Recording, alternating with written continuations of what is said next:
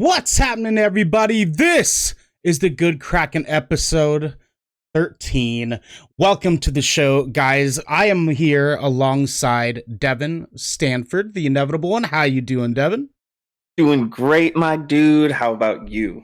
Oh, I'm tired. It's been an exhausting weekend. It's been a long past 4 days of living life, but it's been good though. It's been interesting. Did you do anything exciting over the weekend, dude? We had our show with Sledge and we did that RE8 stream. Other than that, it was pretty laid back. Just took it easy this weekend. Yeah, dude. Yeah, how about you? Basically the same. I'm sure you saw my post about it on unfortunately on Saturday I had got into a situation where I was almost in a pretty bad car accident that was kind of a real life puller for me the past few days, kind of just trying to relax and appreciate life a little bit because it was a real swoopy situation to be in. Yeah, man. Those close calls are never fun. I've had a couple of those out on the road. Oh yeah, it's just wild, man, because I was just driving and I just saw this dude just peel out of the 7-Eleven and just crashed straight into the side of this car and just started swerving all over the road. And if I hadn't seen it in enough time and I saw it happen, I was like, fuck, that doesn't look good. I gotta pull over a little bit. And so I went up onto the sidewalk. Thankfully nobody was there or anything, and it was a real fucking close call, man. But yeah, I'm glad that nothing really bad happened in that situation, as it could have. Yeah, me too. It's good to know that you're still here, Yeah, so. Dude, and especially the two young women that I got out and I got hit by the guy's car. I got out and checked on them, and thankfully, they were doing okay. They were obviously upset and in shock about what happened, and it was a crazy situation. So in my perspective, I've kind of just been taking the past few days to really just enjoy life and count my blessings and all that good stuff. And so it's been an interesting few days of kind of just counting inventory in my life, man. So it's been nice, and along with a lot of really just wild stuff happening in the gaming industry and the content creation industry, and it's just been it's been an emotionally exhausting past few days. But I'm excited to be here. I even contemplated hitting you up and be like, I don't know if we should do the show this Tuesday, man, because there's a lot of just bad juju out currently. But you know what, this space is for us just as much as it is for our audience at home, man. And so I wouldn't have it any other way to be here talking all the nerdy shit that you and I like to talk about. For real, man. I'm right there with you. I'm right there with you. It's gonna be a fun time, dude, and I thank you. I really do thank you, man. I'm glad to be here. I'm glad to be still here to kick ass and talk more video games and all the dweeby stuff. And thankfully, we get to talk about a lot of that today because Devin, we are talking about Phase 4 of the MCU, Hobbits taking over the radio, and what gaming is going to be like for the rest of 2021. Because this is the Good Kraken podcast, a show for nerdy, marginalized peoples, giving you the video game and pop media news, reviews, and discussions that you want to hear every Tuesday and Saturday at 7 p.m. and 1 p.m. respectively. If you're watching live, you can submit questions and topics at tinyurl.com/GK submissions to be a part of the show, or just hit us in the chat. We're totally fine with that too. If you're having a good time so far, you can watch us record the show live and ad-free by subscribing right here at twitch.tv/GoodKrakenShow. If you have Amazon Prime, you also have Twitch Prime. We would love for you to give that to us to help keep us pushing content out for all of you listening or watching at home. If you've emptied your pockets for the latest and greatest in entertainment, that's totally fine. You can support us by going to our YouTube channel by clicking the link in the About section of our Twitch page and clicking that beautiful bell and big red button, or by subscribing to our podcast channel by searching The Good Kraken with an exclamation mark and leaving a review there. I'm just now realizing that I didn't actually update the housekeeping section on our show notes here. So we're going to do this on the fly. Our episode with Sledge 315 is out now on YouTube and podcast services for you guys to listen to. We sat down with the owner of Virus Co., a streetwear clothing brand that has been kicking it for the past few years and trying to get its way into being the clothing brand known for gamers. And so Sledge, our boy, is out here doing the fucking work. And so that's been, yeah, he is. It was really great to sit down with him and get to shout his ear off about his successes so far and how great of an experience it's been for him. So definitely go check that out. This Thursday, I think we kind of like put that under like a TBD sort of situation. If anything, though, I think we'll probably end up on streaming Apex because of this update that happened. And I played for a couple nights over the weekend, my dude. You're gonna be very proud of me to know that I've been playing on that Apex train, my friend. So I am ready. I know that we're gonna be talking about it a little bit later, but I'm ready if things are going okay. I'm playing some fucking Apex tonight, bud. Let's go, dude. And then on Friday night, we are going to be streaming Resident Evil Village the day it comes out. It is going to be a lot of fucking fun. Devin will, I don't know if we're gonna like co-stream with the way that we did last time. I think you might have spaced it, but I will not be here Friday. That's right. I forgot to put it in the calendar. That's what it was. So I will be streaming Resident Evil Village for all of you guys at home. It's gonna be a good time. Devin will be there on Saturday for our 1 p.m. GK podcast show. Totally fine. And then Devin is also getting his vaccination shot on Saturday right after our show. So. Yes, everybody, please just go get vaccinated. We all want life to come back. We miss shows. We miss everything. Just go do it. Just go do it. Just go do it. Yeah. I know. Get the Pfizer. Pfizer. Oh God, I know. I need to schedule mine too. I will. That happen. So I believe in you. Thank you, baby. I appreciate it. I always appreciate you. And then last but not least, I want to push people towards Wreck-It Raven's direction again. Raven had technically made enough to be able to get their new PC. I want to still push some people over there to help them out, get anything else that Raven might possibly need for said new PC so that she can have a good time coming back into the streaming space. It'd be awesome to help her out. Go check out her stuff. She does a lot of charity work, a lot of really great things for the streaming community. Yeah. Give her lots of love. So yeah, go follow her, subscribe to her, hit her up. She's great. She's awesome. She's worth all the attention in the world. With that said, what also deserves all the attention in the world, Devin, my dude, we got a brand new Marvel trailer ode thing. It was fucking dope. It was so sick. This is Marvel reveals release dates for next 10 movies and teases the Fantastic Four. This comes from Eddie McCutch. I don't think I ever actually verified what that was supposed to be. Mackich, Eddie Mackich. We'll do that. From GameSpot. It reads like this. Marvel Studios has released a new sizzle reel that has one main message. Lots of movies are coming, and they will be in theaters. The trailer, similar to the one from Universal Studios promoting F9, calls on people to remember why seeing movies in the theater is so great. The video also provides a rundown of all the upcoming Marvel movies, and it briefly flashes the Fantastic Four logo to suggest that a new movie from that series is coming. The movie theater is, quote, where we go to escape, to get lost in a story, to feel connected, and to share moments we will remember forever, end quote. The video says, it then cuts to a crowd reacting to Avengers Endgame from back in April 2019. To hammer home the point of the collective enjoyment of watching a movie in the theater. It ends with, quote, see you at the movies. And it was hype. Holy shit, it was so hype. Yeah. Marvel is doing this to help encourage people to return to cinemas now that vaccines are widely available and theaters are largely reopened across the country. Marvel also assures fans that lots of new movies are coming. You can see the full rundown below, which I will be reading off. Note that for Black Widow, it will be available both in theaters and on Disney Plus Premier Access for $30.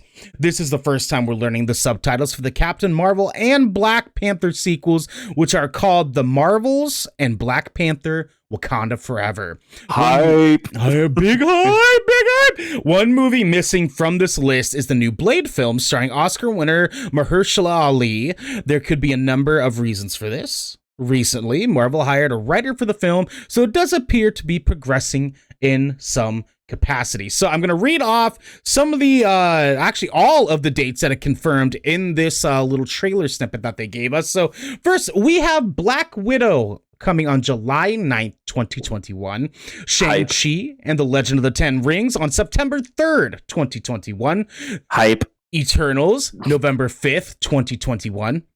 Hype. Yep. Spider-Man, No Way Home, December 17th, 2021. Hype.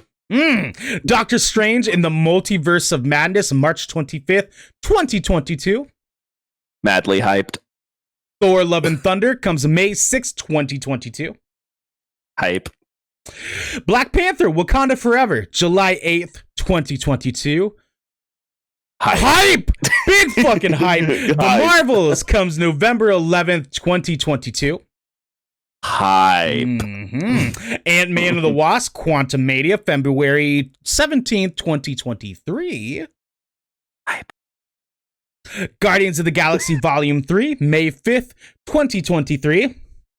Hype. Yes, sir. And the untitled Fantastic Four movie, which is technically still only rumored to be announced.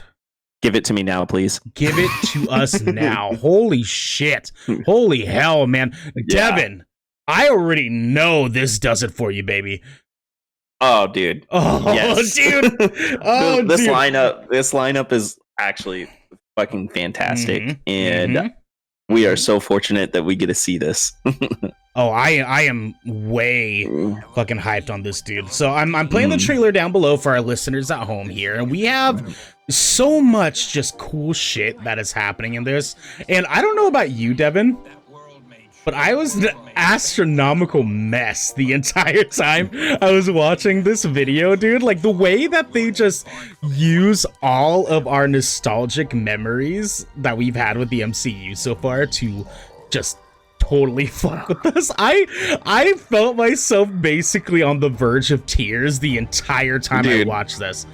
This part too with Groot, when it showed that, I was like, oh, and then the crowd reaction from the theater, like talk about a memory. Like, I got to see Endgame release day, and I got to experience it just like that. It was literally just like that. Oh, and dude, that is probably one of the coolest feelings I've ever had in the movie theater.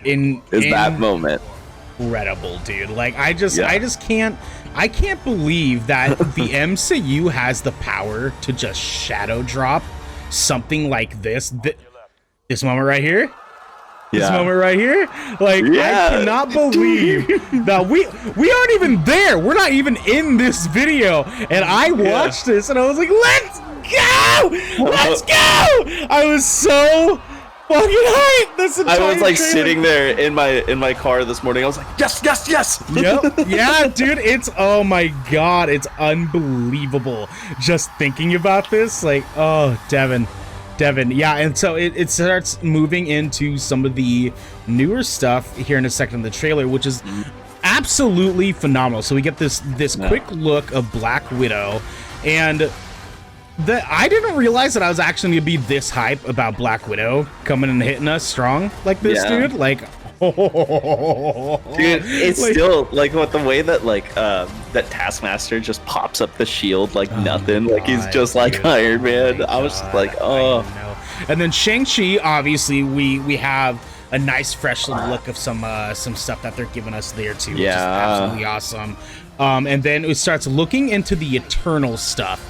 And Angelina Jolie looking like a snack with that sword, my dude. I am unbelievably hyped for this. And it's interesting too, because like I feel like the way that they had filmed Eternals looks way different than any of the other Marvel movies. And so I'm really stoked to see that too.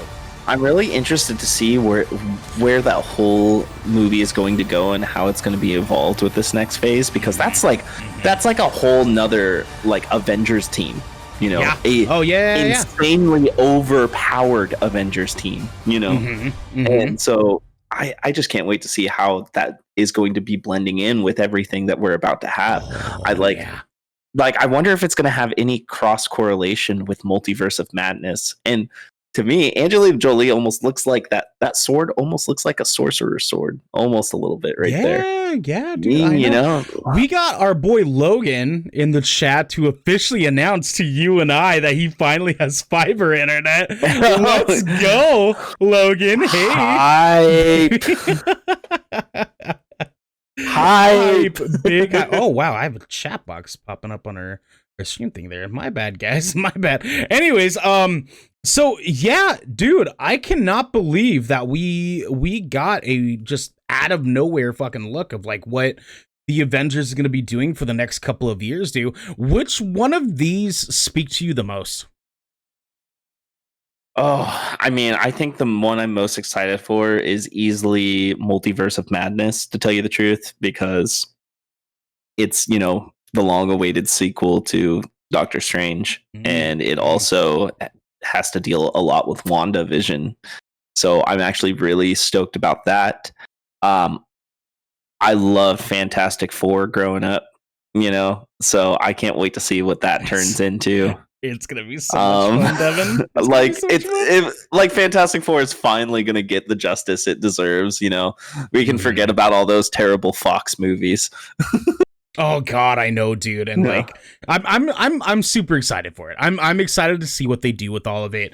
It's gonna be a wonderful next couple of years, dude. It's gonna be between that and like the Disney Plus like TV like MCU like TV show content that they're putting out still. Like, oh my God, just bathe my body in all of it. My dude, I am so damn stoked for it. Not to mention all the Star Wars stuff we're getting too. Oh, dude, yeah, Bad Batch came out late last night. Did you watch it? No, not yet. I was probably going to watch it after the show today. For sure. Sounds good to me, dude. So, and I'm sure we'll get into talking about, you know, some other stuff that we watched before, because I didn't get a chance to watch the Bad Batch episode myself either yet. I plan on it, but some other stuff that we're super excited, Devin, and I know that you're going to be hyped on this too. Do you want to take this next story for me? Oh, absolutely. All right. So, Apex Legends launches Season 9 and its new 3v3 arena mode, and then the servers promptly crash. This is coming from Adam Bankhurst from IGN. Apex Legends has launched both Season 9 and a new permanent 3v3 mode called Arena, and its popularity has caused server issues that are keeping players from experiencing the new content. Apex Legends developer Respawn has already said that it's working on a fix, and its most recent update at 11:35 p.m. Pacific Standard Time on May 4th has confirmed that it is, quote, seeing some progress, but we aren't out of the weeds yet. We'll keep you updated, end quote. In addition to Arena, Season 9 also brings with it a new legend named Valkyrie, who is also known as Kairi Amahara. She is the daughter of Viper, a Titan pilot from Titanfall 2, who was also a member of Blisk's Apex Predators mercenary group.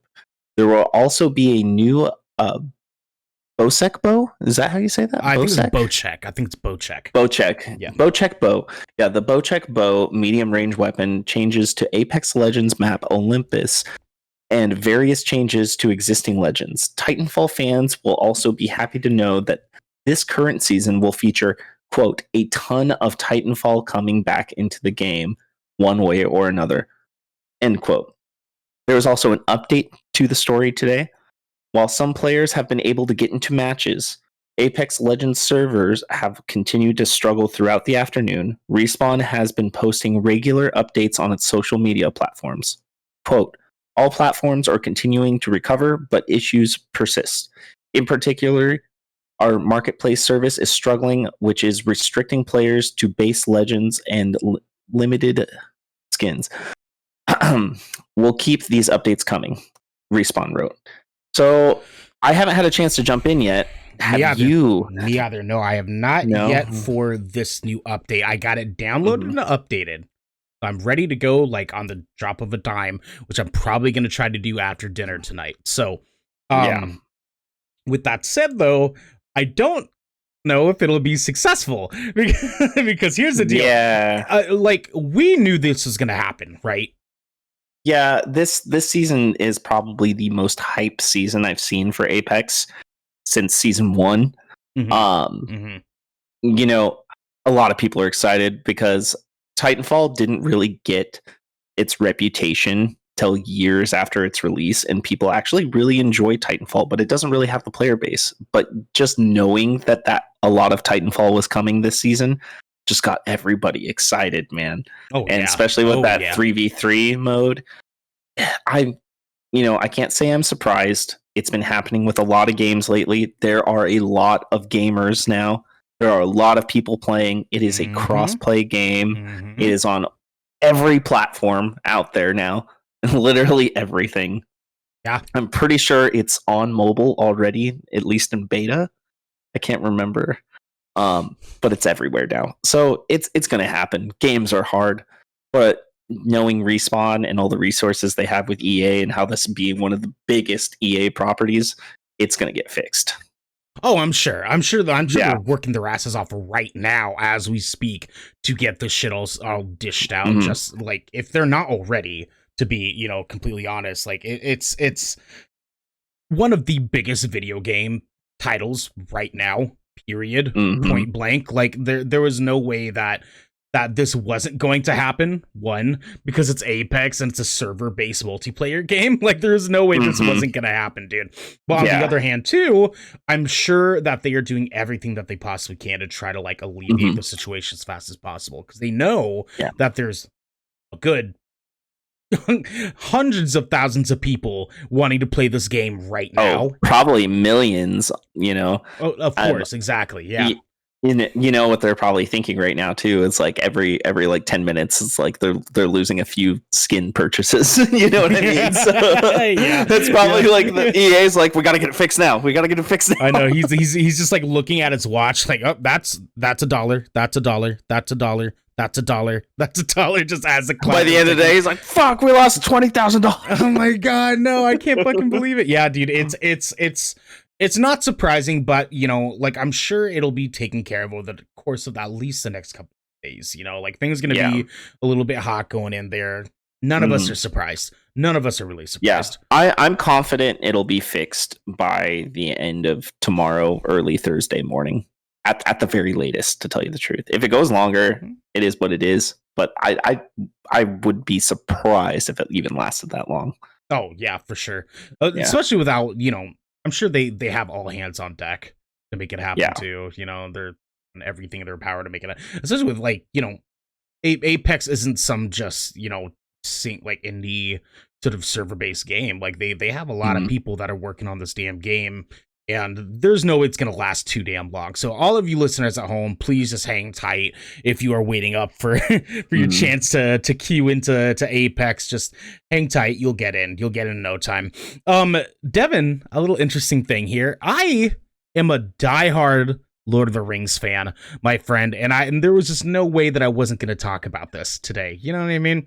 Yeah, it's because you love that scene between Frodo and Sam at the end of Return of the King. Yeah, the one that's your favorite one, right? Yeah, the one they're looking at each other like real nasty. He's like Frodo, and he's like Sam, and Sam, and he's like Mr. Frodo, and they like Mr. Frodo. Oh yes, Sam. Oh, Mr. Frodo, and they just look at each other. Yeah, that's it. So deeply. Yeah, and it's really bright.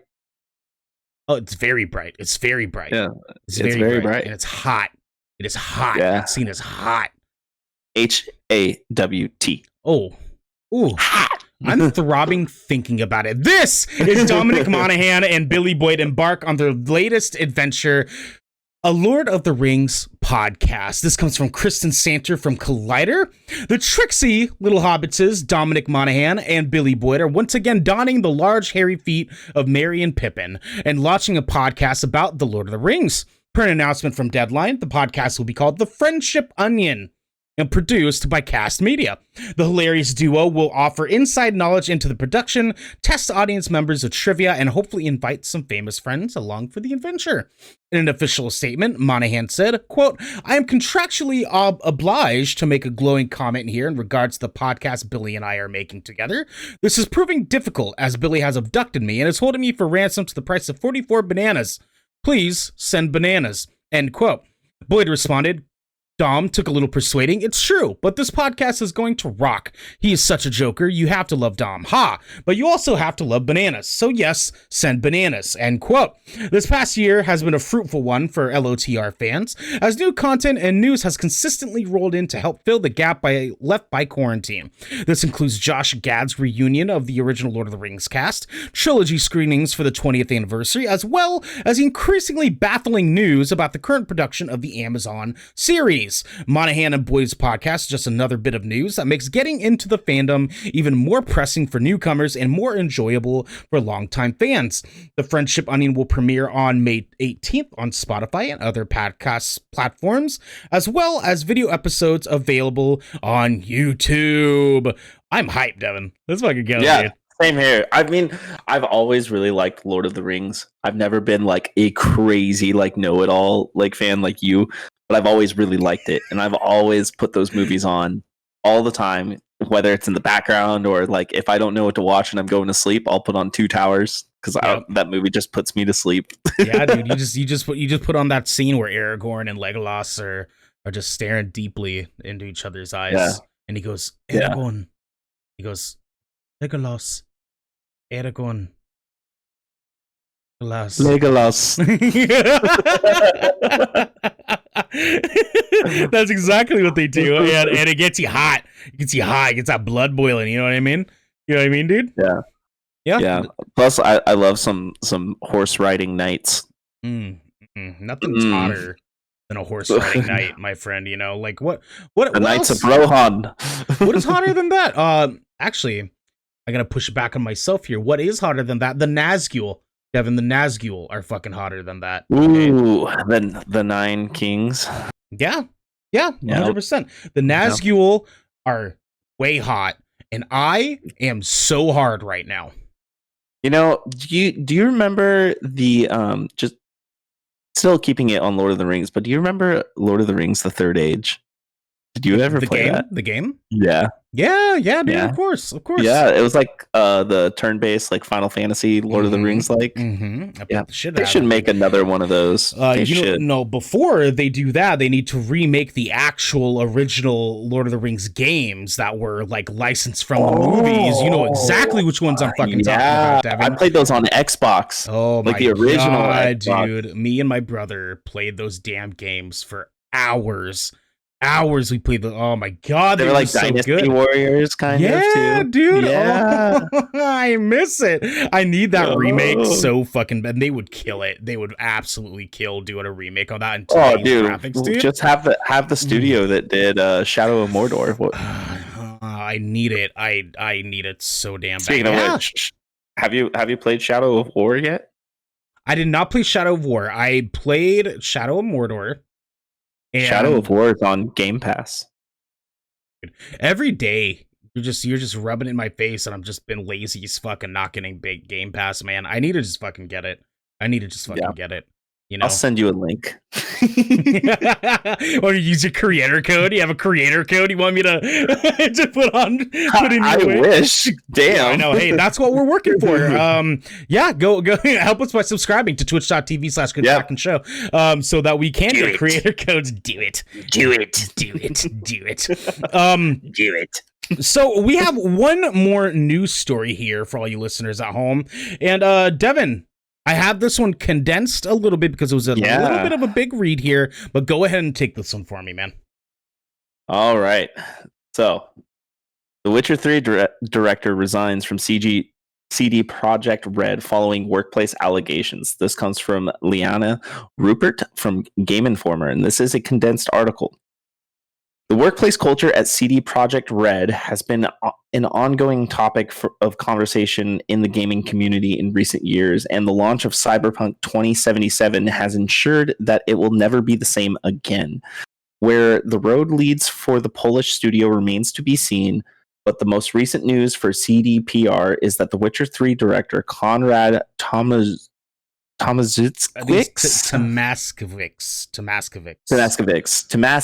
Okay, I'm sorry for butchering that. It's okay. Has officially resigned, but for a good reason. After several months of internal investigations regarding bullying, also referred to as mobbing, Tomaszewicz was found not guilty of the allegations against him.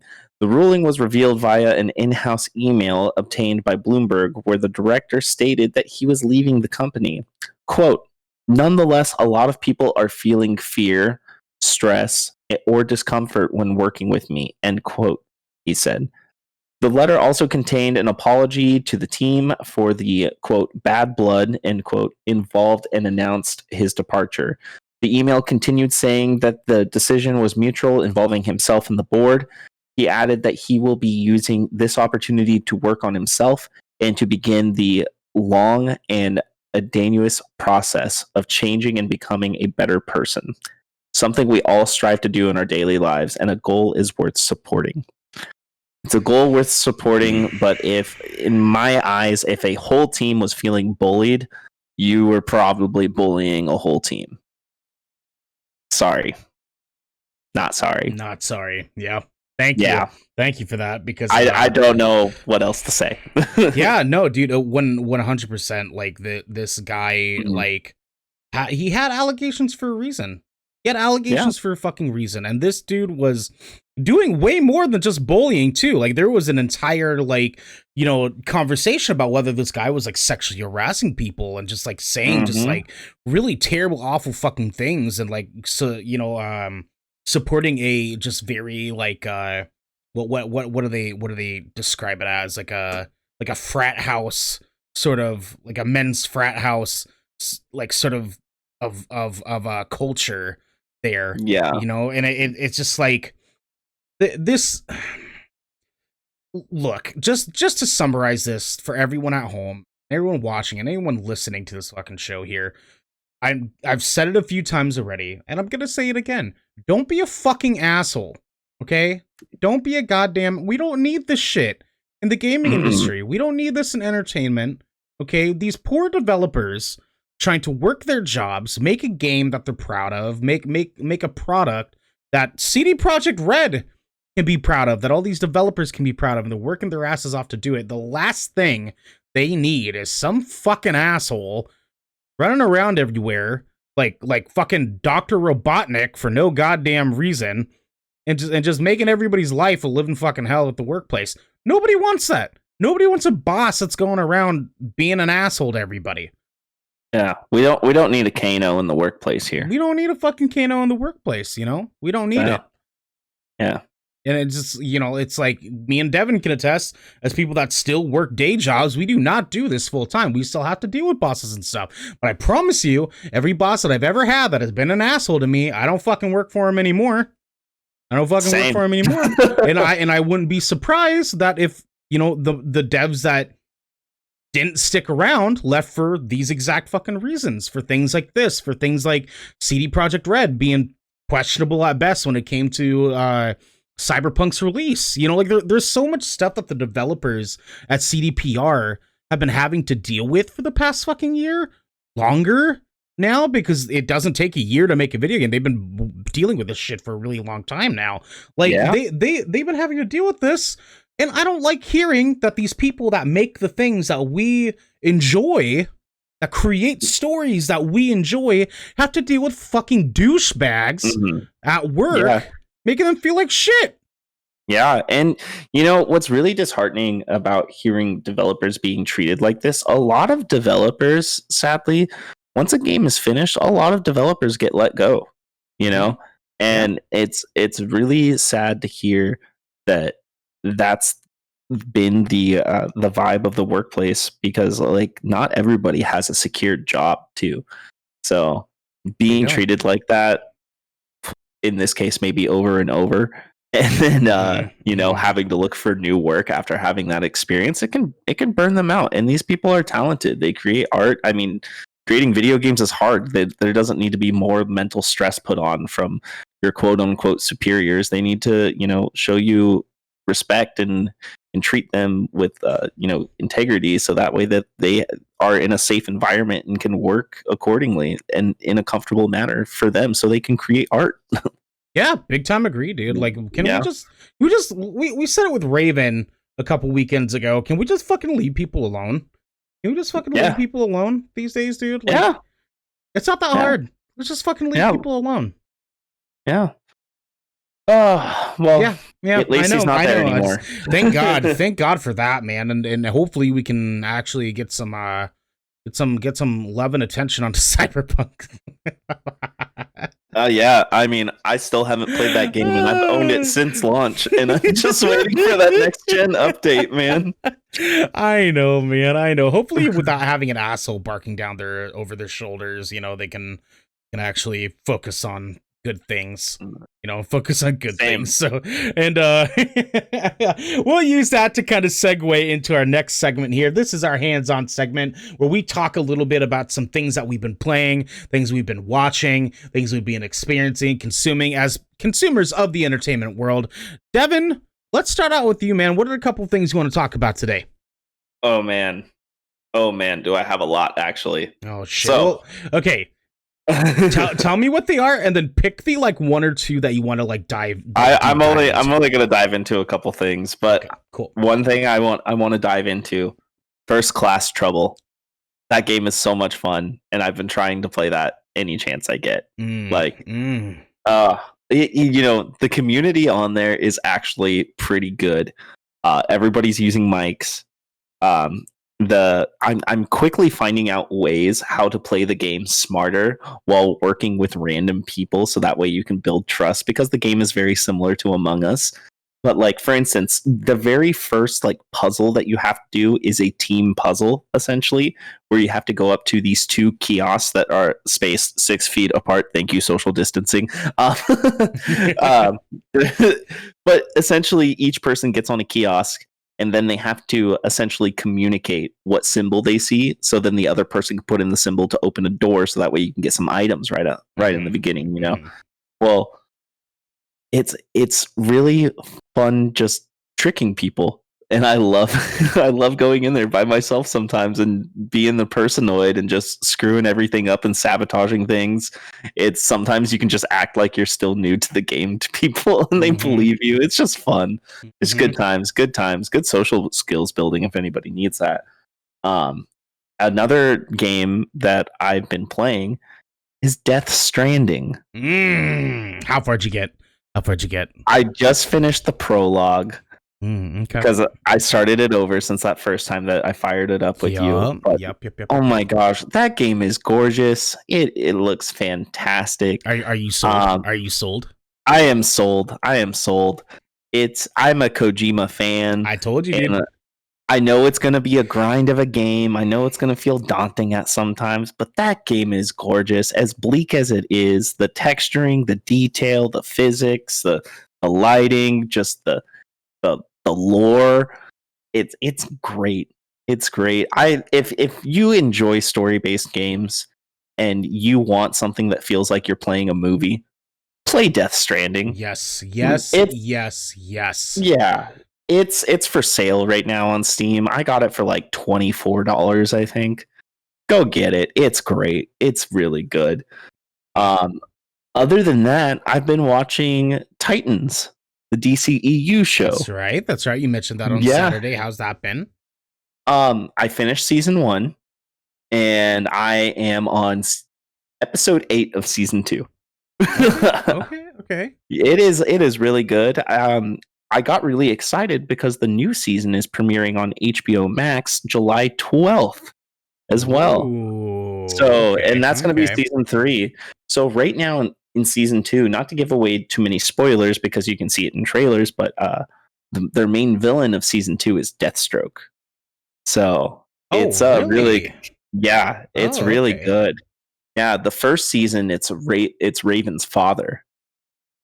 So Oh, okay, okay, yeah, okay. so that show started as a web series on DC's official website. Remember when they were doing their own TV shows, but you can only watch it through the browser online? They Yes, didn't yeah. have an app.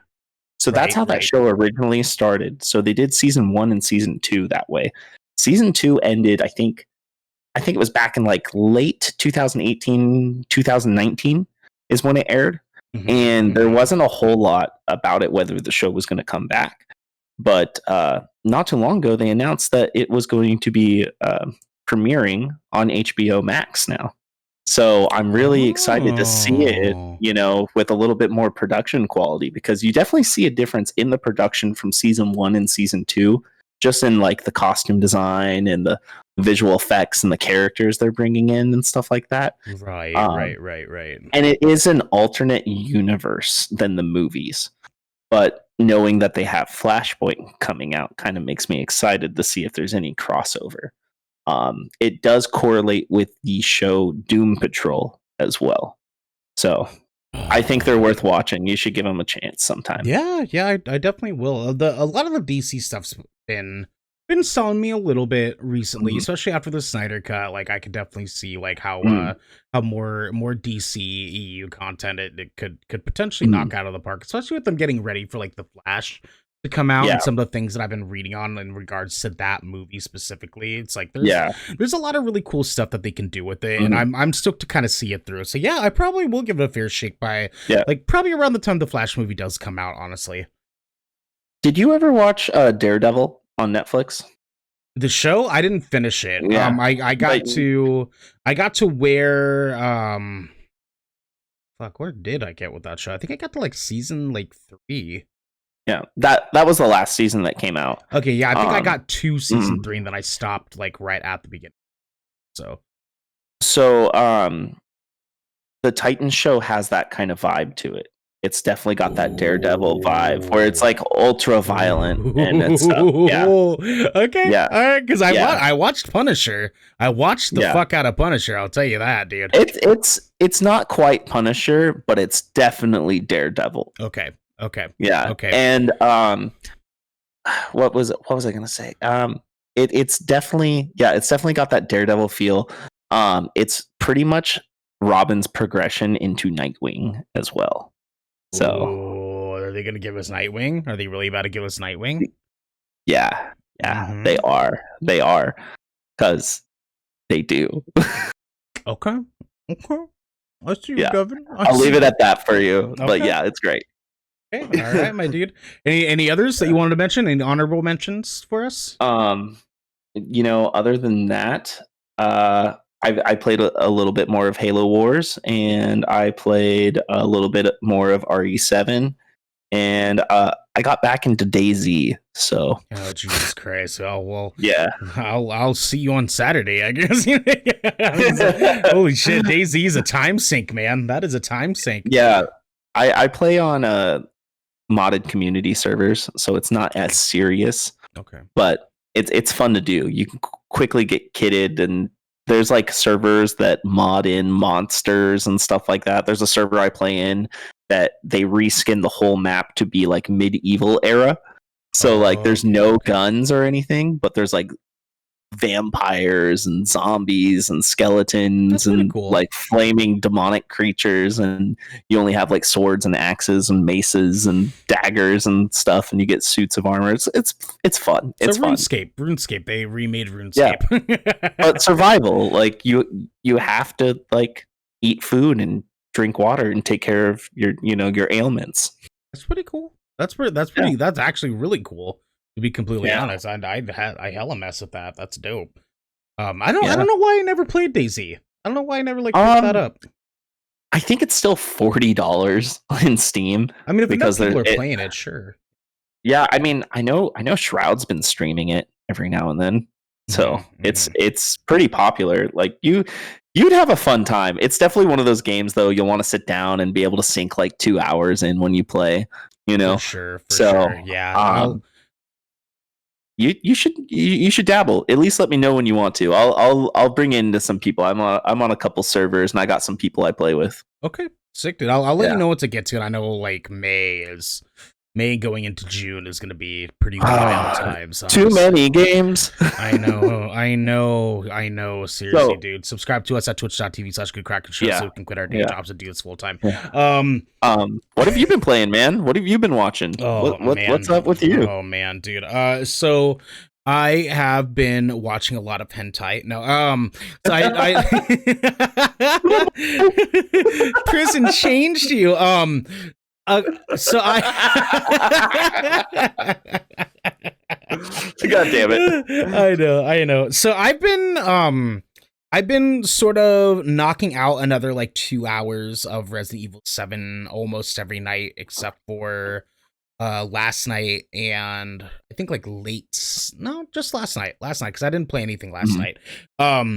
I knocked out a few more hours on that. I restarted the game and put it on easy mode so I can try to streamline my way through the story. Yeah. And so it's been much easier to handle that way because I'm still having fun. It's still an enjoyable game, and I'm still like finding some challenges and stuff in it. Yeah. It's just I'm able to just kind of cruise through things instead of like having to be worried about the overall like challenge and stuff, which I'm not gonna do with Village. I'm gonna more than likely still play Village the way that on normal mode so I can get the full of it, but just for the sake of getting the story of Ethan into my head going into Village, I just wanted to kind of cruise through the storyline. So I've been working on that a little bit.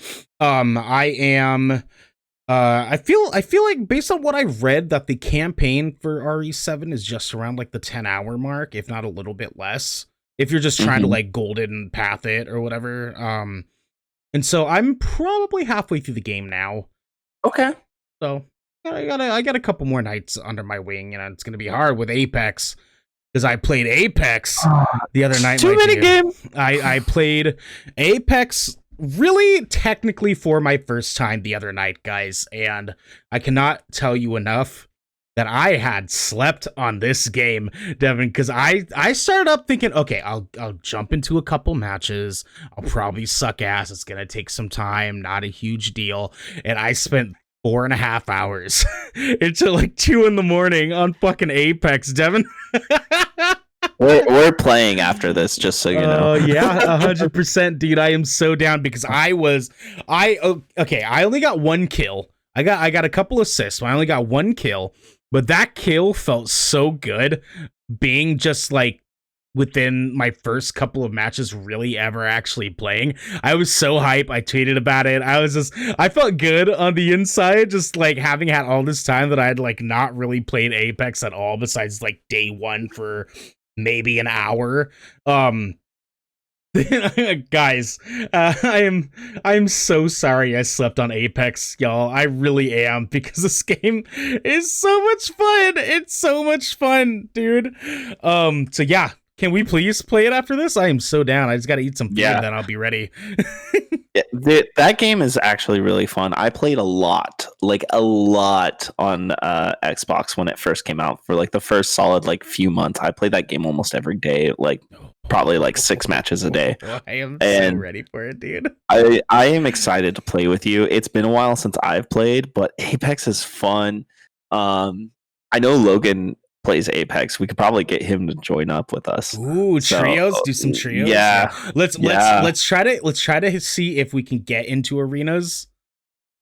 And if we can't, the servers are just way too fucked up, then we'll hit up Logan. Sorry, Logan, if you're in the chat, my bad, baby. we gotta experience it. We're doing it for content, bro. I swear, I promise.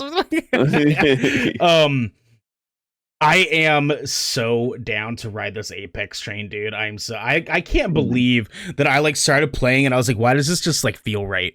Why do I just feel like I've just been just emotionally just stabbing myself in the back by not playing this fucking game, dude? So that gameplay too from Apex is the same like gameplay in Second Extinction, by the way. Same controls, same feel. Really? Ooh, Yeah, but okay. so imagine that gameplay mixed with Left 4 Dead and Turok. Okay. Yeah. Okay, all right, because, whoo, son, you're giving me too many games, bro. You're giving me Son, too many games, son, dude. I just, boy. boy, Um, boy.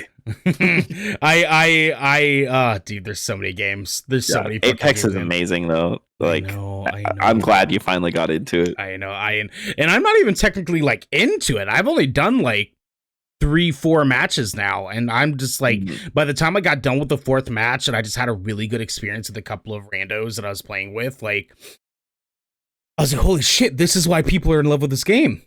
Like, because I got off and I was like, I can't stop thinking about this fucking game. I can't stop thinking about like wanting to just front on someone and just Portal with Wraith and shit. Like, I was just all about it. I was all about it, my dude. I really was. I am so hyped to play that with you. Oh my god. And it's a free game. It's a free game. It's a free game. And I spent 4.5 hours and was not ready to stop yet. For free. For free. Yeah. You know, in my eyes, I think it's the best BR out there personally. Big talk, my dude. Yeah. For me, it goes for the top 4, it goes Apex, Warzone, PUBG, then Fortnite. I have a huge disdain for Fortnite. I couldn't get into Fortnite either. There was just something about like the shooting and building things and all that stuff that just it didn't rock with me very well. But you know, I love me a good FPS, my friend, and Apex is definitely a fast paced FPS that I slept on it so damn hard, my dude. I really did. As far as gaming though, I think that's kind of it. I haven't really dived into too many other things because I kind of just try to focus on the 2 most important ones for right now, for you know, content purposes and getting ready for stuff coming up. But as far as like watching stuff, I've been burning through more of my house binge. I'm almost done. I've only got like 10 episodes left, and then I'm finished with that. I mentioned Invincible on Saturday, and I went and rewatched the season finale another 3 times since it aired last week. You're gonna hate me. I haven't watched it. You haven't fucking watched it, you animal. You son of a bitch. I can't believe you, dude. You need to watch it, Devin. I watched 10 more episodes of Titans, though. Oh my god. Invincible's only like 9 episodes. Dude. I know. I need to finish it. I'll do it this week. I promise. All right, I'll hold you. I promise. I pinky swear. I pinky swear, bro. I got you. Pinky swear that shit. The good Kraken pinky swear. Welcome, dude. Yeah, it's just so good. It's just so good. It's such a damn good. They did such a good job on it, and I can't believe that there's been so much good content just left and right all over the damn place lately. Like I don't have the time or the energy to be just keeping up with this stuff, man. But I'm gonna do it. Am I gonna do it? I am gonna do it. Yeah, I mean, I'm doing it, kind of. Hey, it counts. It still counts, dude. You know, like I a lot of late nights, a lot of you know, just watching stuff that give me a shot, and then seeing if I'm not like quite into it, and I'll just give up a little early. You know, there's a lot of stuff that I kind of like poked my feelers into and whatnot. Yeah. But yeah, I think really like I've just been kind of watching House and trying to like I said, I had a weird weekend, so I haven't really gotten a chance to really like dive into too many like shows or movies or anything, because I've kind of just been trying to like take in comfort food as far as like my content is concerned. And so and House is definitely one of those things, and so I've kind of been focused on that and getting Resident Evil and Apex in. So on Saturday though, I'm gonna have some more because I'm planning on watching that new movie like the Mitchells and the Mitchells versus the Machines. It's a new animated movie. I heard it's from the same studio as Spider-Verse. Yes, and I heard it's phenomenal, and I need to watch it. Absolutely, and I think me and my sister are probably gonna watch it this weekend, as well as Promising Young Woman, which Mm. me and my sister have been putting off now for fucking months, and so I think she's finally being like, "Hey, like we gotta watch this," and I'm like, all right, cool. We'll do it. We'll make it happen. So, but yeah, Mitchell's the Machine. I'll definitely have some stuff to talk about on Saturday's show, a little bit more in depth with that, as far as that's concerned. But with that said, my dude, I think we can kind of move into our final segment for the show here, and this is going to be us talking about our gaming predictions for the rest of 2021. So, Devin, if you can, open up your web browser and go to GameInformer.com/2021 and navigate your way to the May section of the calendar listing. Oh, yes. Because for all you listeners at home, Game Informer has a yearly calendar that they do. They update it frequently of all the listings of all the announced games that they have scheduled for the year and their so far announced dates that allocate to said game. And we use this calendar to kind of to plan our content releases and things that we want to be doing, and plan like who's going to get what game so that we can talk about it on the show and stuff. And for right now, we're in May. We're getting close to June, which is the halfway mark of the year.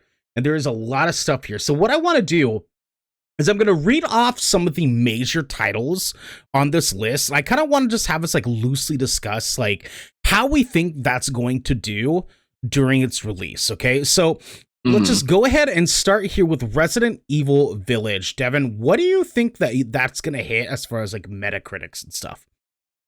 I think that game's probably going to get at least a 9 out of 10. I really do. I think it's going to hit. It's going to be between 85 and 95 Metacritic score, and I think that's where it's going to be. I mean, the gameplay is great, the creature design's great, the location's great, the environment, the world is great, the physics. It's all good. It's like I have no complaints about it. Like from the demo.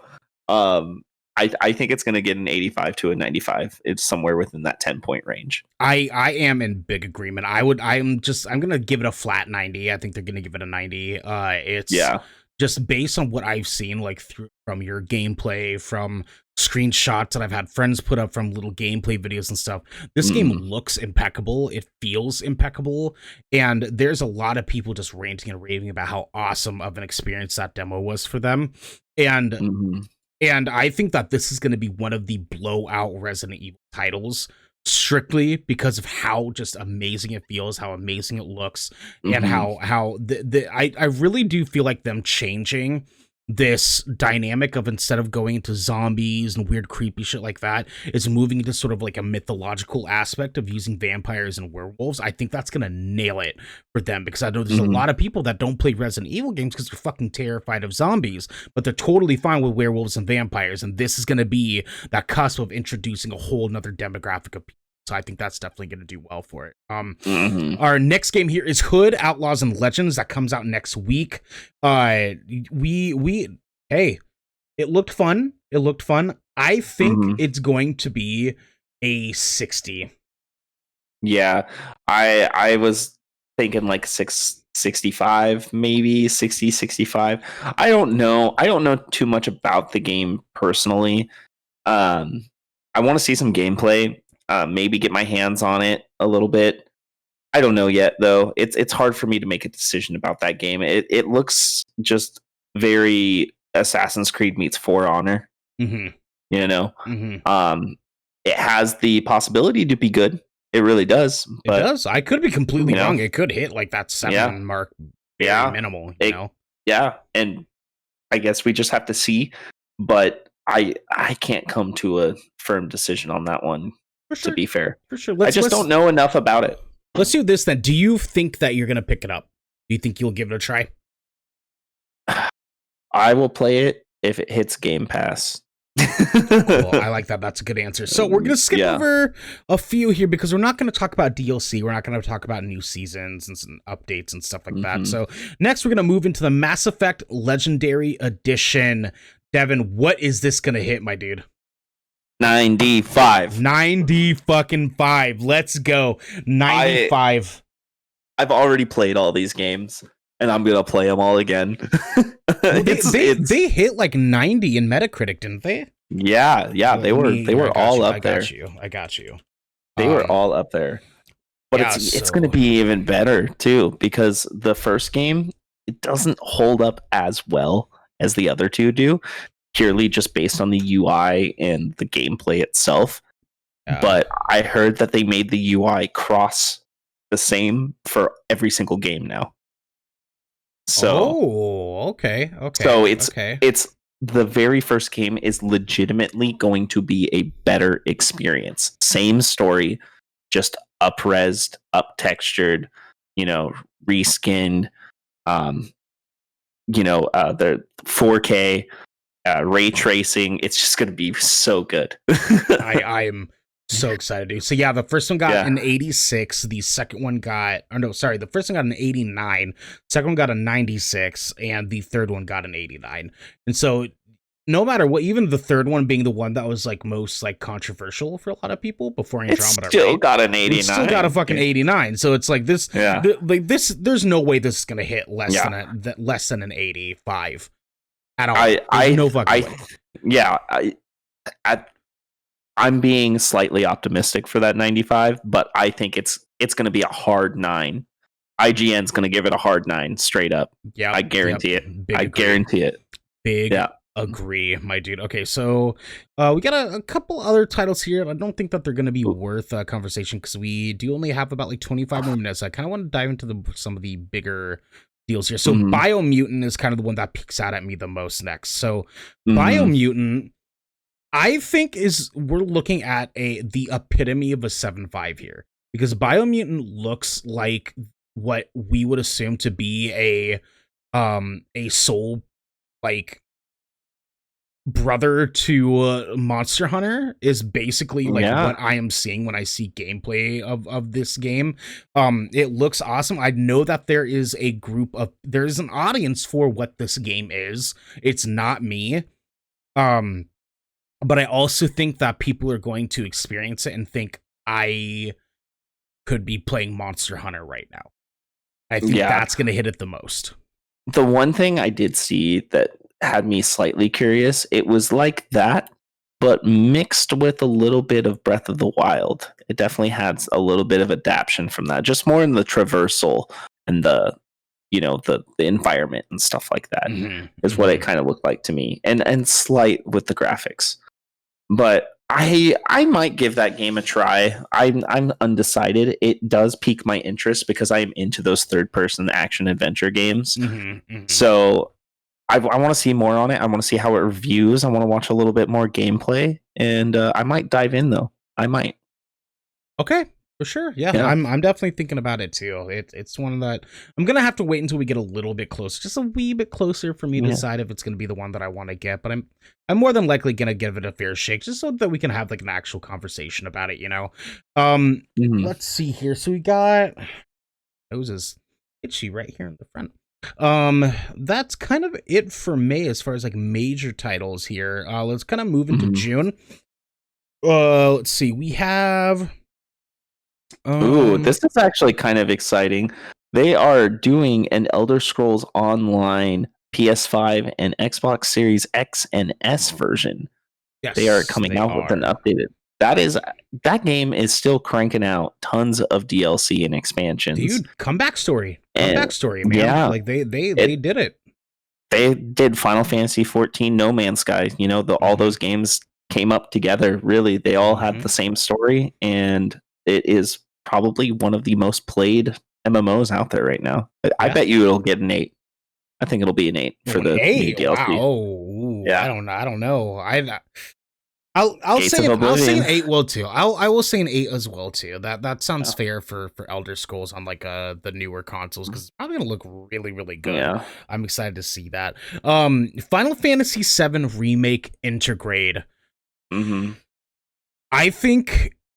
Okay, look. So let's see. I gotta look up the Metacritic for Final Fantasy VII here. The remake got 87. Intergrade, I think, is going to hit a clean 80. Yeah, Because I do too. I don't think Intergrade has like enough to offer as extra stuff for the game in order for it to really change too much as far as opinions are concerned. Mm. I mean, there's a lot that they can do with the character of Yuffie that could be awesome for the gameplay, but Final Fantasy VII Remake was awesome, but when it comes to that character specifically, I feel like there's a little bit more niche than just the diehards. But at the same time, there's the diehards. You know what I mean? Yeah. So I don't see it getting less than an 80.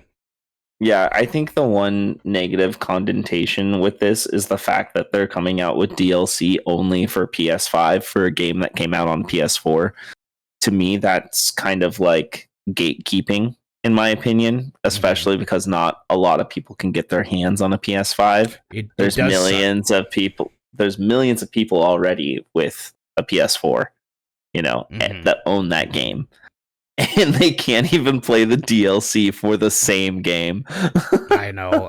And that is just so dumb. And I get that there's like, they were probably working on it far before anyone knew that the PS5 issue was going to happen. I get it. Like, they probably developed it with the PS5 in mind, thinking that a ton of people were going to have it already. And a ton do. A ton do have the PS5. I don't.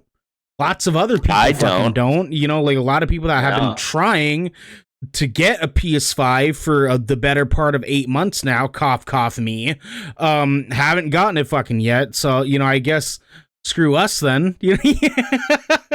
I love Final Fantasy VII, but I guess I'm not playing Intergrade just yet, but I can promise you I will play it once I do get my hands on a PS5. That's probably going to be my like first major purchase, honestly. Especially after integrating my Final Fantasy VII like save over to my PS5. That's definitely something I'm interested in getting. Devin, are you interested at all in Ninja Gaiden? I know there's a lot of people that like the series, but to tell you the truth, I've never played one. I played a little bit of the first two, and I know that there's an audience for Ninja Gaiden. I know that there's some people that really love that game. I think Ninja Gaiden is dead, and I don't think this Master Collection is gonna fucking save it. I think this game's gonna be a 6 out of 10 easily. Like, no more than a fucking 60, man. I don't think it's gonna hit. I don't think it's gonna age well. I don't think it that people are interested in the Ninja Gaiden like world right now. Unless they announce a major like reboot of Ninja Gaiden, I don't think people are gonna care that much. So. Yeah, I mean, we got Ghost of Tsushima, so it's like... Like, I get that, like, Ninja Gaiden was kind of like the original, like, Dark Souls as far as, like, being, like, that masochistic game where if you're just trying to go in and punish yourself, like, Ninja Gaiden was the way to do it, but we have Dark Souls.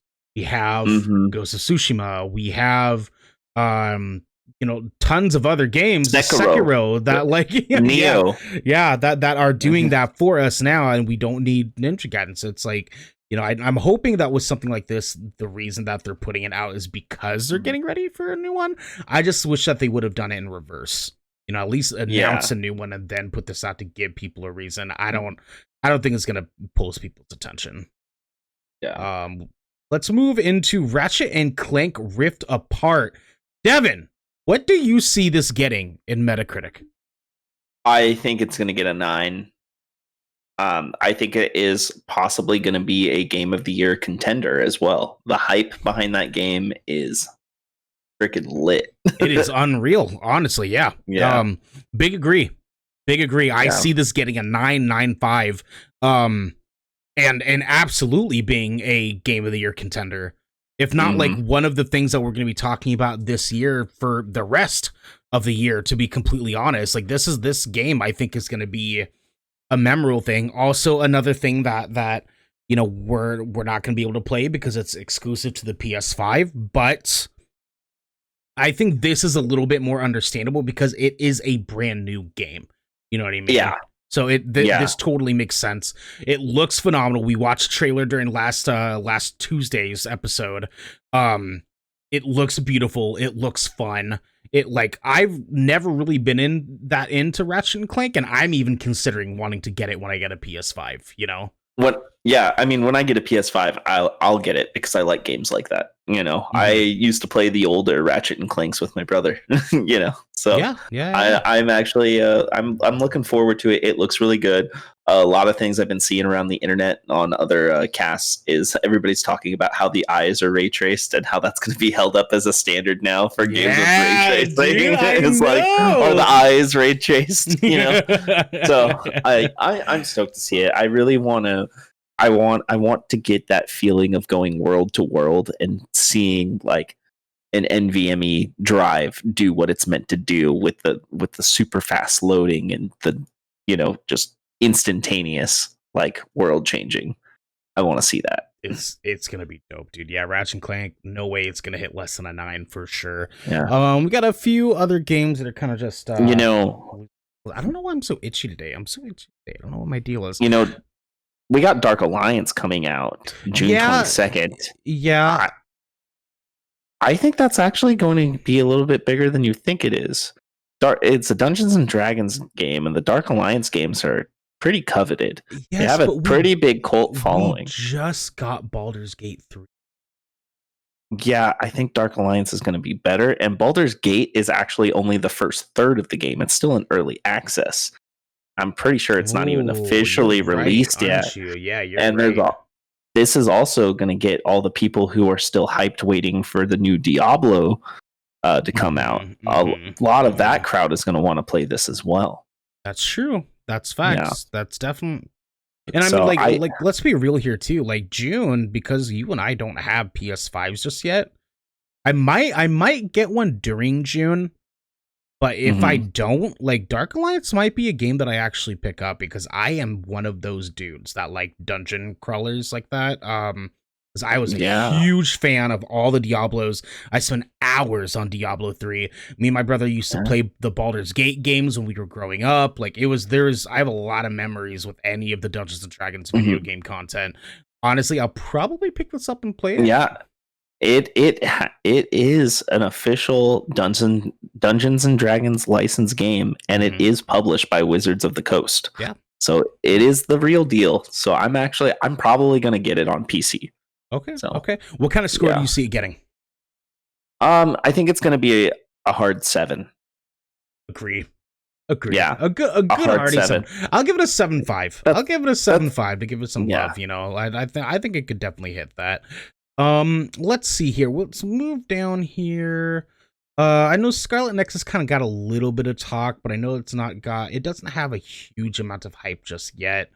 We can talk a little bit about Where the Heart Leads. So that is an indie game that is being pushed just enough. I know it was at a indie showcase a little while back that looked really, really good.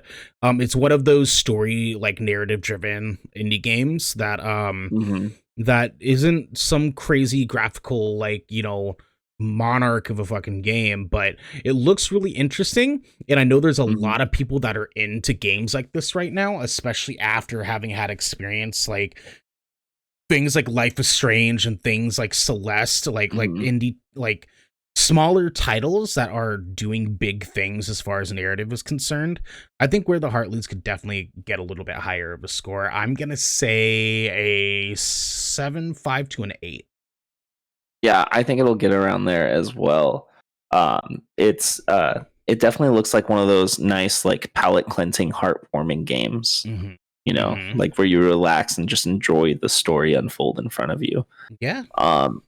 There is a game in July that I am actually kind of stoked on because I never got the chance to play it. The Legend of Zelda Skyward Sword coming to Switch. Sir. Okay, so this is going to be a fun one because here's the deal. Legend of Zelda Skyward Sword. Okay, let me look this up. Skyward Sword Metacritic. Skyward Sword on the Wii. Okay, specifically on the Wii here. If my internet will actually, all right, my computer's being fucky. Oh no, not working. Okay, cool. So it got Uh, oh, that's Skyward Sword. Oh, that's talking about the new one. Okay, it got a 93. It got a 93 on the Wii. Okay, and that Yeah. is with a lot of people shitting all over it for a really long time as far as consumers are concerned. I can see it on the Switch for this new release getting another 90. Oh, easily. And it's going to be up-resed. And I'm actually looking at the trailer right now, and it looks pretty good. I mean, you can definitely tell that it is like from that era, but it's vibrant like Wind Waker, but it looks like Twilight Princess a little bit. You know, so I'm actually pretty interested in this. I'm a big Zelda fan. They also integrated the motion controls with the Joy-Cons if you want to do that. If you want to do that, it's the secret because they forced everyone on Wii to do it. Yeah, it with you not having to do motion controls, it's very possible that this might get a 9.5 or a 10. Honestly, I think you're right. Like, I think you're right. I think that might have been the only thing really that kept it from getting a 100, right? Yeah, like it might. It really might. I'm gonna pick it up day one. I'm gonna play it. You guys at home have heard it now. Devin will be talking to us about a little bit of a review of Legend of Zelda Skyward Sword after July 16th. That is gonna be hype. I'm stoked for Neo: The World Ends With You. I don't think that it's at all big enough to have a discussion about. Let's see here. We go into August. There is No More Heroes 3. It is a title with a very specific audience that are into that game. I'm gonna say it gets an 80. And I know that you probably have not really picked up a No More Heroes, but it's one of those games. Like, even if you just look at it, I'm sure you know exactly what kind of game it is.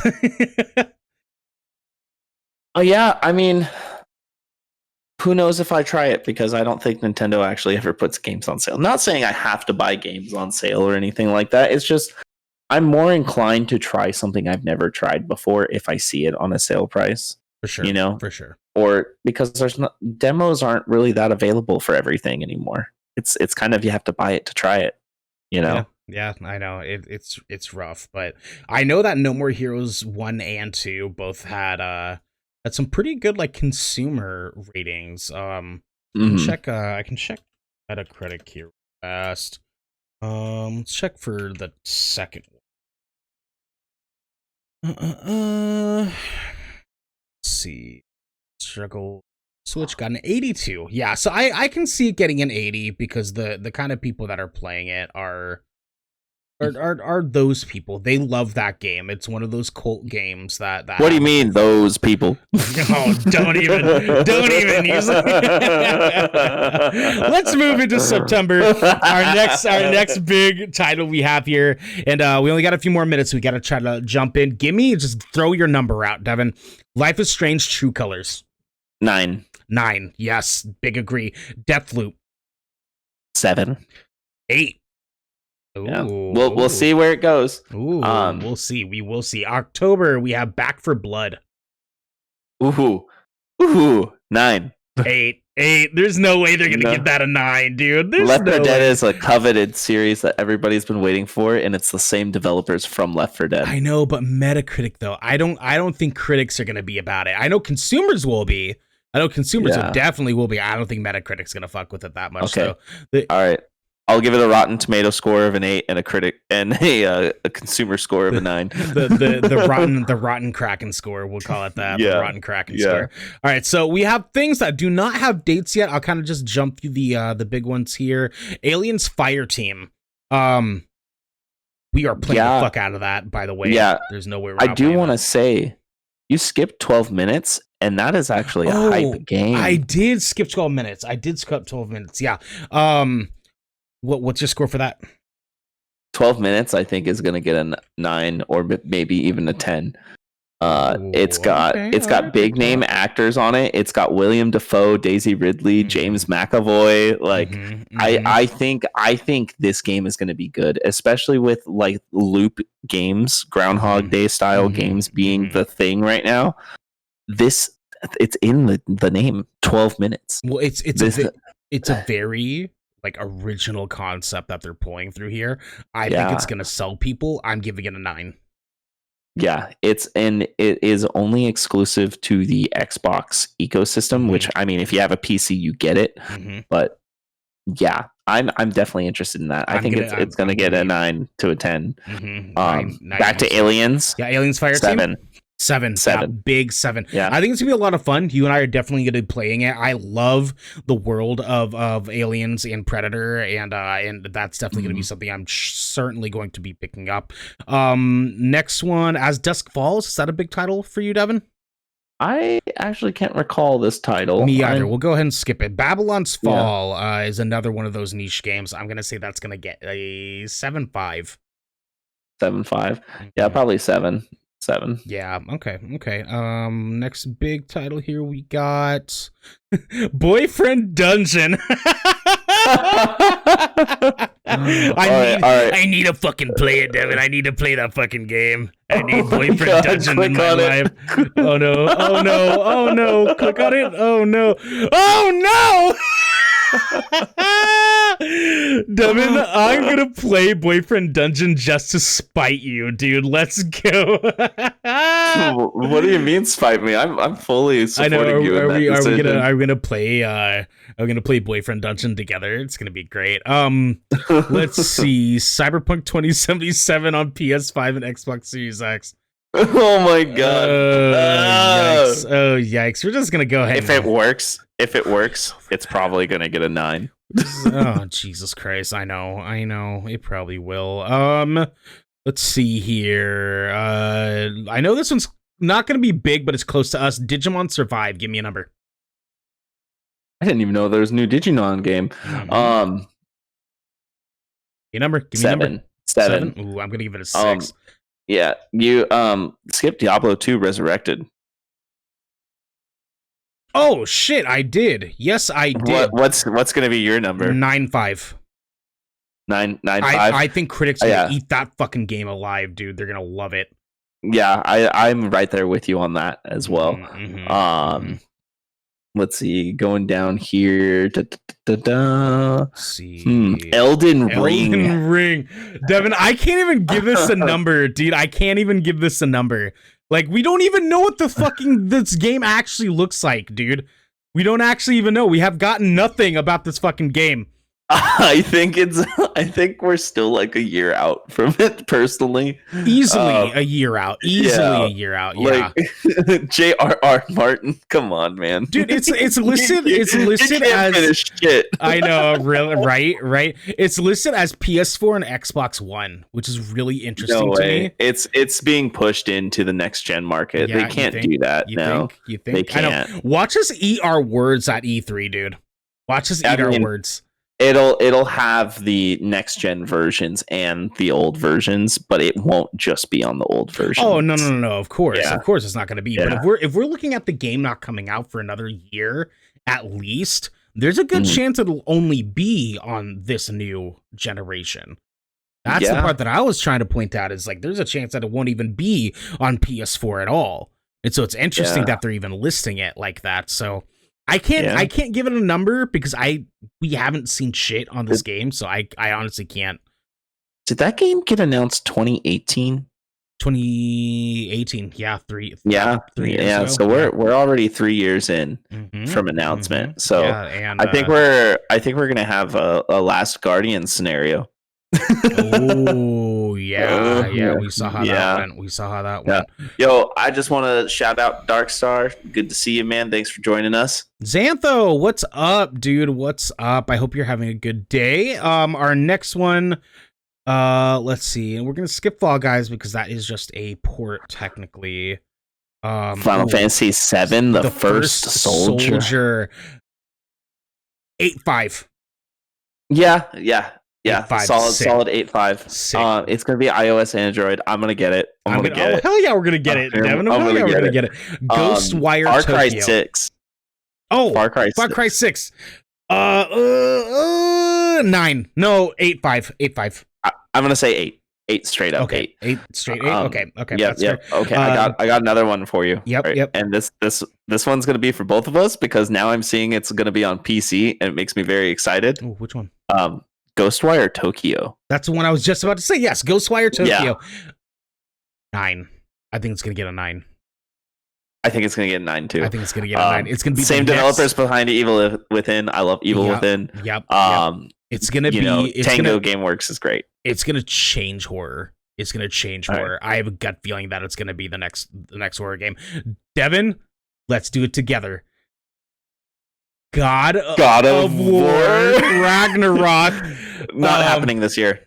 Not happening this year. Damn it, Devin! I wanted to so bad. I wanted to too. I really want it, but it's not happening. A part of me feels like it is. A part of me feels like we're gonna get an announcement at E3. We'll get a trailer. No, for sure. But I think we're gonna get an announcement date of holiday 2021.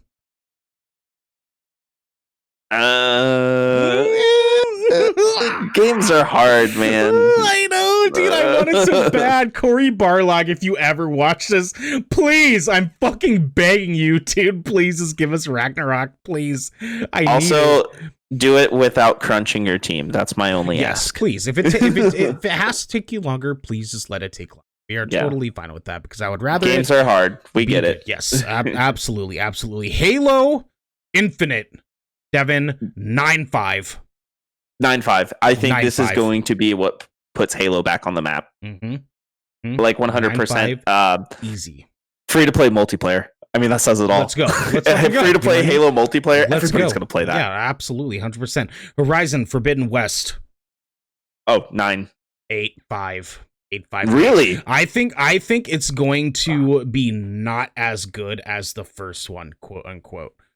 Yeah, I see what you're saying, but they've also had a lot of time on that too to make this game. So I think the first Horizon came out 2016, 2017. Yep.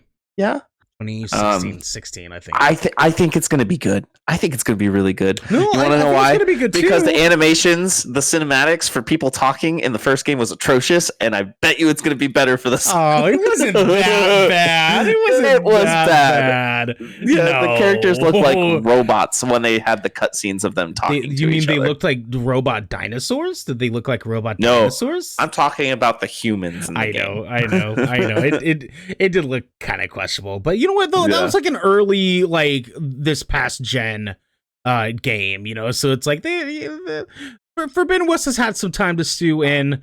You might be right. I'm still gonna sit on that good 8. I think it's gonna hit a good 8. I am Jesus Christ for PC. What is this? I need it, dude. Just click it. Look at it. I am. Look at that photo. Does that not just scream badass? Like, it's a simulation game. I'm gonna get it. It is a Jesus Christ sim. Guys, listen. 8. All right. Oh, I see your 8 and I raise you 9. Devin, let's go. Oh shit. Okay. All right. No. Okay. I got one for you. Okay, Are you ready for this? Yep.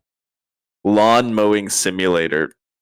Oh, dude, honest to God, though, I really do feel like that's gonna have like a 7.5 at least. Dude, you know me, you get that lawnmower, mow that mom. I'm telling you, that's gonna kill it, dude. That's gonna kill it. Let's see here. Little Devil Inside, I feel like I've heard the name of oh, maybe not. We're kind of in the deeps of things that I've kind of just like dude. Lego Star Wars, the Skywalker saga, those Lego Star Wars games are actually dude, they bang. They bang real that's good. That's gonna be a 10. Mm-hmm. I'm not the last one, I'm pretty sure was a 10. I bet you that's gonna be a 10. Oh yeah. Straight up. Oh yeah, I'm sure. That I'm is sure. probably, especially for people with children, like, I mean, for you, for instance. Dude, my I daughter heard, loved Lego Avengers. Yeah. She loved it. That game will probably be one of the best couch co-op games for you this year. Mm-hmm. Yeah. Speaking of which, you and I need to play It Takes Two. Yeah, we do. Yeah, we do. We really do. We really do, my dude. Yeah, we're kind of in the deep end of games that like don't really like have like very much as far as announcements for them. We have things like Near Reincarnation for iOS. There's some stuff like Little Devil Inside that we just talked about, Lost at Sea, Marvel NFL 22. Let's see here. Stuff like Microsoft Flight Simulator coming out for the Series X. That is actually going to be gorgeous. It's so good. I know. It's amazing. Rainbow Six Quarantine is going to come out, which I think they changed the name to Rainbow Six Outbreak. Or vice versa, 1 or 2. Ooh, Pokemon Shining Pearl and Brilliant Diamond. Give me your rating. 8. 8? Okay. 8. Yeah, I think it's going to get I'm going to see your 8 and put a 9 in. Oxenfree 2 for PC and Switch. Yes, Oxenfree 2. Oxenfree is very good. That's going to get a 9 for sure. Yeah. For sure. It's not on this list, but what about Lost Souls aside? Ooh, I think that's going to be a 9. I heard Cam from DualShockers was talking about how that's going to be his game of the year if it comes out. He was throwing around a theory on the Kind of Funny Daily Games daily cast, and he thinks that game is going to be revealed at E3 this year. I'm with them on it. I'm with them on it. They've been teasing shit for that game for the better part of the past like year or two. So there's been a lot that they've been working on for a while now. That's probably gonna be. So I think really that kind of like sums it up for what we're looking at for the I have a big one. Okay. Big one. Hit us with it real quick, and I think that should be good. Yeah, because the rest of these are just like way deep, dude. Way deep. So what is your last one, Devin? Starfield from Bethesda. Oh, fuck me. 9.5. 9.5 straight up. It's a Todd Howard game. I think that's going to be the big showcase pusher at E3. I think Starfield is going to be one of the big out there games. I feel like it's going to be announced and probably come out this holiday season. If not this holiday season, February, March. Big agree. Yeah, it's that one. Honestly, I feel like that's the sleeper game that like nobody's really expecting to blow us out of the water, and it's going to. And it's going to. Like, there's no way that game's not going to do us. That's like my most hype game right now. Last time I was this hyped about a video game was probably Skyrim. Yeah, and I'm just like praying that they make it available on like Game Pass PC. Because like it will be. It's a first party studio for Microsoft now, and all first party games come to Game Pass day one. That's why you need to get Game Pass. Well, I know it's going to be on Game Pass, but I know some things on Game Pass don't come to Game Pass PC. It will for that because it's Microsoft first party. Okay. Outriders didn't because that was a third party one. Oh, so like Halo Infinite, that'll be Game Pass PC day one. There's also Fable. They announced that they're doing a new Fable. That'll be Game Pass day one as well. Okay. Yeah, I'm stoked for that. I love Fable, dude. Fable's gonna be great. Yeah. I just don't know enough about to really give it an honest answer because they've really only shown that one little trailer that they gave us. Yeah, I mean, I don't know any more than that, but I love the series. Yeah, fair enough, dude. Fair enough. Like, I am gonna be super amped to play some fucking Fable, but I am also amped, Devin, because this has been the Good Kraken Podcast, a show for nerdy and marginalized peoples, giving you the video game and pop media news, reviews, and discussions that you want to hear. live every Tuesday at 7 p.m. and Saturday at 1 p.m. right here at twitch.tv/Good Kraken Show. If you enjoyed the show, you can support us by subscribing below, going to our YouTube channel by clicking the link in the About section of our Twitch channel and clicking that bell and big red beautiful button, or by subscribing to our podcast channel by searching Good Kraken with an exclamation mark and leaving a review there. But until next time, everyone, don't be an asshole. Yeah, just don't. It's easy. Just don't be one. Don't be a fucking asshole. You don't need to do it. If you're ever thinking about being an asshole, just stop, look yourself in the mirror, and just say no. Yeah. Or put your head in the sand like an ostrich, and then we don't have to look at you. You can do that too. Just let us spank that ass. Just spank that ass. That's a little weird, but sure. Me and Devin will be right there while your head's in the sand. Just spank that ass.